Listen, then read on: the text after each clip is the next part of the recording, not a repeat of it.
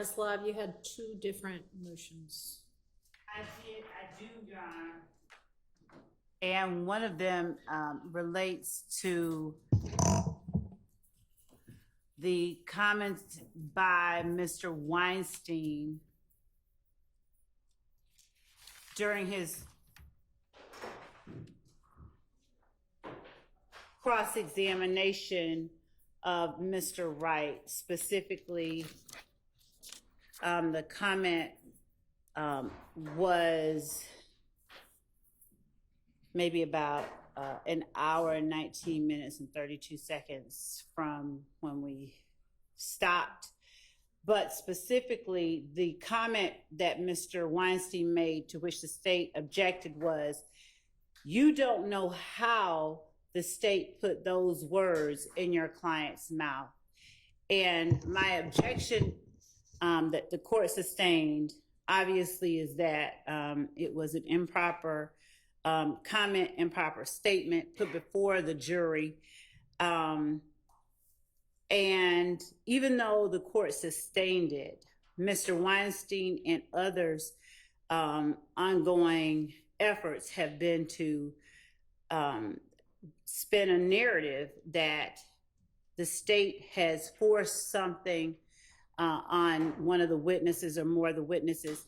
But those particular words, Your Honor, that you put this, you don't know how the state put those words in your client's mouth. It amounts to Mr. Weinstein making a statement, not asking a question, and him making an assertion that the state, in fact, did something that it did not do, which was put those words in your client's mouth.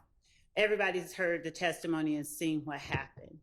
And inasmuch as that statement was an improper statement in front of the jury, and it could be construed by the jury as something, notwithstanding any court's instruction, that they could take as fact, we would ask that the court under 17-875 admonish and rebuke Mr. Weinstein's statements and admonish him to make no further efforts to put such improper statements before the jury. My second motion deals with Mr. Let's take them one at a time, all right? Can I respond, Your Honor? Yes. There was nothing improper about that question to the witness, Your Honor. I was inquiring about the facts. I'm sorry, I'm losing the word, but the facts that were put forward that the state created. The state doesn't deny that they put those together and gave them to Mr. Wright's client without any input from Mr. Wright. I think it was a proper characterization and it was a question. So the witness could answer that, just as Attorney Love has said. All the evidence is out there. It's all before the jury. The jury can draw what they want from that evidence. So there was nothing improper about that. All right. And I actually, well, that's all I'll say. So I think it was a mischaracterization. It was in the form of a question, but I believe it was a mischaracterization, because if we had been talking about the final version that Mr. Sledge adopted, that might have been a fair statement to say, you know, they were put in his mouth, but these were not things that he ultimately adopted, so the state wasn't putting those words in his mouth. So I think it was a mischaracterization. Don't think it goes so far. I mean, you objected, I sustained it. It doesn't go so far as to warrant an admonishment before the jury. But let's try to be careful in our characterizations, even when we are asking questions, all right? Yes, Your Honor. Okay, what's your second motion? Mr.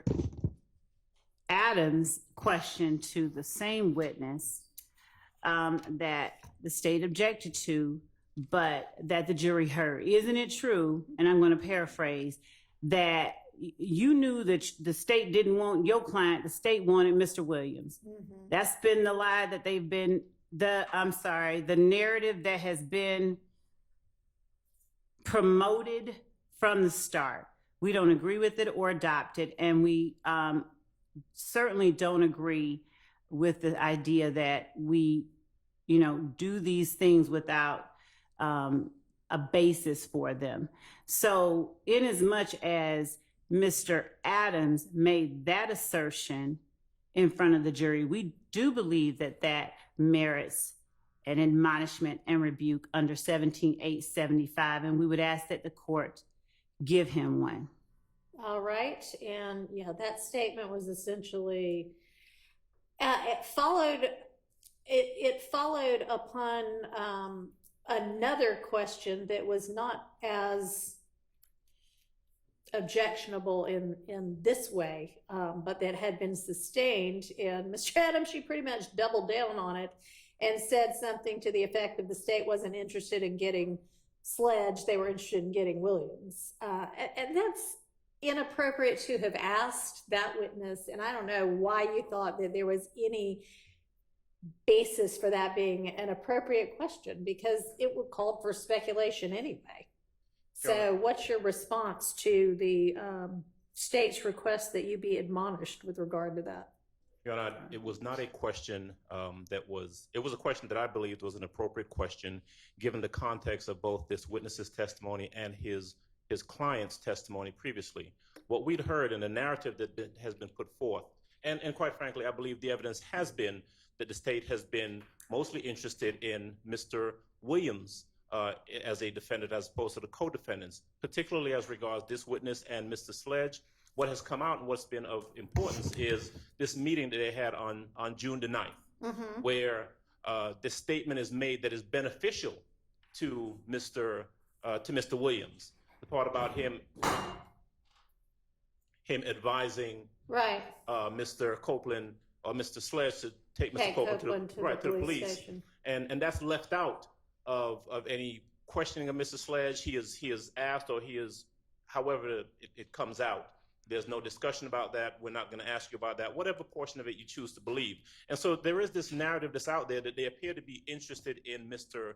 Williams, not so much in the co-defendants. And the fact that all of the co-defendants who took pleas were asked, made, or signed plea agreements where the bulk of the plea agreements, and the jury has heard at least 3 of them previously, the bulk of the plea agreements make specific reference to Mr. Williams as the head of YSL. Mr. Williams did this. There is this narrative out there that and everyone has gotten probation.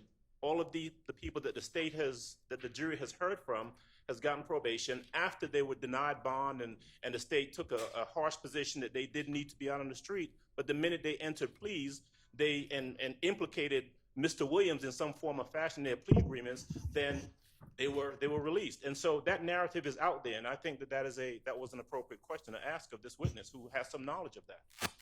How does this witness have any knowledge of the state's desires about who they most want to get with regard to the 19 or so defendants that are indicted in this case? Because he is a defense attorney representing one of the co-defendants who entered into assisted in entering into a plea agreement. He is familiar with the discovery. He made a statement in part of his testimony previously that he knew what the case was about. And he started going down the road of talking about Mr. Williams before there was an objection made and the objection was sustained. And so he does have knowledge of that. He knows about the case. He knows that Mr. Williams is alleged in this indictment and by the state's narrative to be the head of this YSL organization. And he knows that the plea agreements have been to the benefit of the co-defendants who have pled and to the detriment of Mr.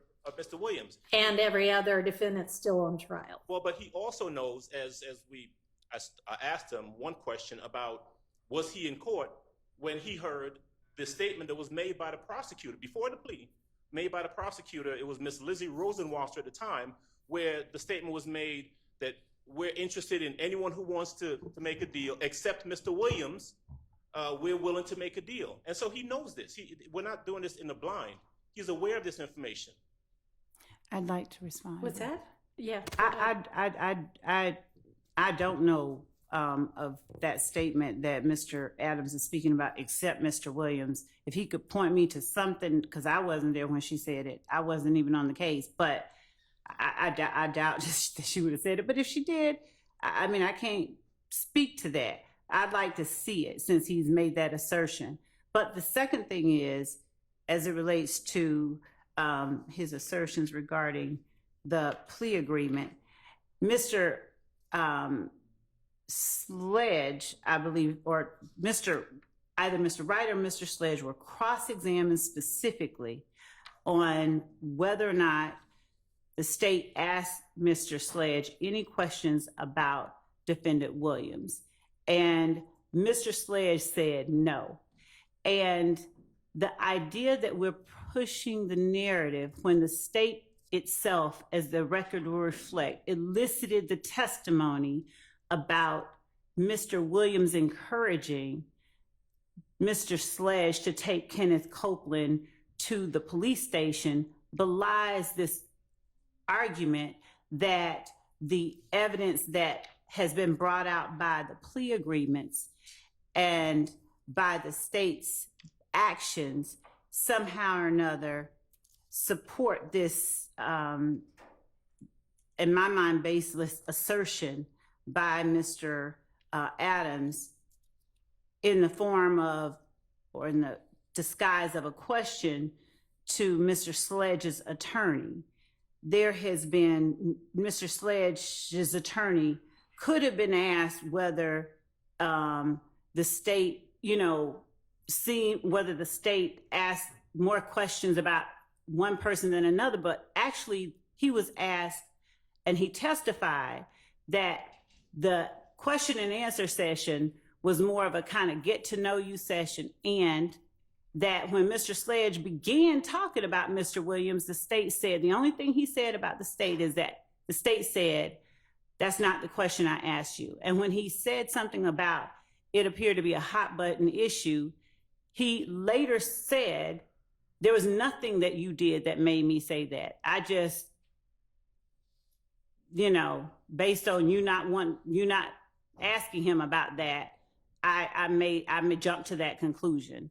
So putting in front of the witness, this assertion about the state's intention, because as if it's the state that's on trial and that the state is doing something that is just wrong. Is it your impression that the state don't really want your client? He wants Mr. Williams. It wasn't an effort to solicit an answer. It was an effort to put an assertion in front of the jury that was improper and that can't be taken back. And that has been the entire. Well, they're going to make that argument. Yeah. Regardless, I'm sure they did in opening, and I'm sure they're going to in closing. But I don't believe, Mr. Adams, that there was any kind of a good faith basis to ask that question and to think that was a proper question for this witness to be able to answer. But Ms. Love, with regard to what you propose is any kind of curative or admonishment, I mean, I don't know what that would be. I would ask that the court admonish Mr. Adams in front of the jury that the statement he made regarding the intentions of the state as they relate to Mr. Sledge and Mr. Williams were improper statements by counsel, that in those types of statements, the jury is to remember they are not evidence, but that Mr. Adams should not have made that statement in front of the jury. Okay. And so they weren't statements. It was a question. It was just an improper question. And 17-875 talks about statements of prejudicial matters not in evidence. And Your Honor, it's not, there's nowhere in evidence. It was a statement that was dressed up like a question, but he made an assertion in the form of a leading question. Was it your understanding that the state really didn't want your client? He wanted mine. And the fact that he dressed it up as a question doesn't take, our position is it doesn't take it out of the realm of improper statements put before the jury that fall under 17-875 that merit admonishment at the very least, even if not rebuke, but that Mr. Adams should be admonished about that statement. It was improper, and it should not, similar statements, even in the form of questions or disguised as questions, should not be made about the state's intention, which one, no one else can testify about, and two, it was just wrong to put before the jury, pretending it was a question to this witness. Your Honor, if I may respond briefly. Go ahead. I have this witness on cross-examination. Yes. And I'm allowed to ask leading questions. I will defer to the court. If the court felt as though the question was an inappropriate question, there was an objection made, and the court sustained that objection. And I abided by the court sustaining that objection. This does not fall under the ambit of 17-875. This is not tit for tat, where because Ms. Love was admonished previously, now she's trying to find every opportunity to get somebody else admonished. That's not what this is. Now, I'll abide by the court's ruling, by the court sustaining the objection, but I've stated on the record what my belief was and what my good faith basis was for asking that question in regards to the narrative being put forth from the beginning of this case, and I'll stand by that. I'm trying to look back at what happened right before that.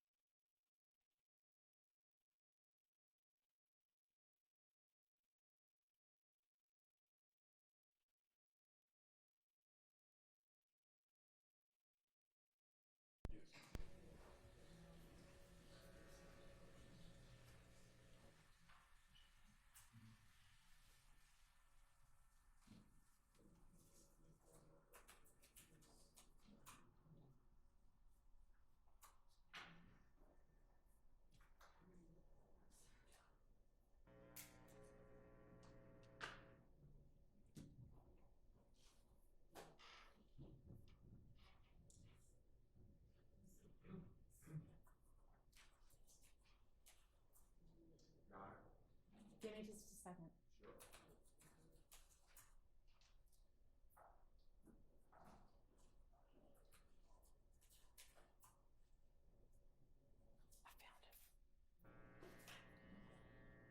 It's like page 112.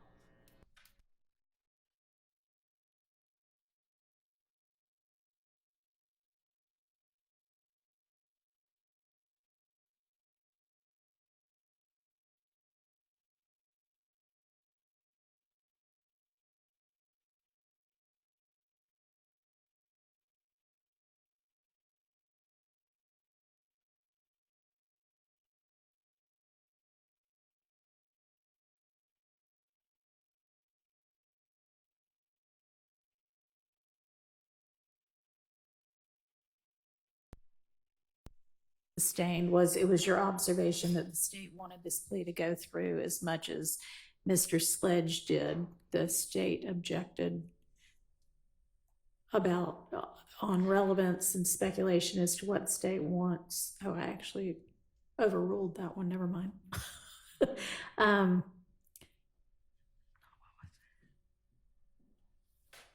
Oh, I made it a different kind of ruling, and I said re-ask your question.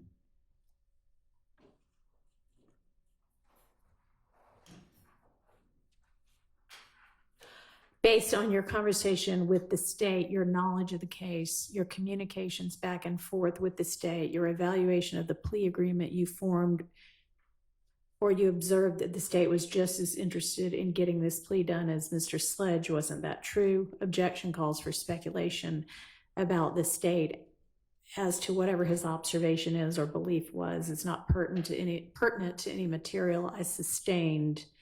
And then you followed that up with, was it your observation that the state wasn't really concerned with Mr. Sledge? I think it was with getting Mr. Sledge, but with getting Mr. Williams, which would also have been asking for,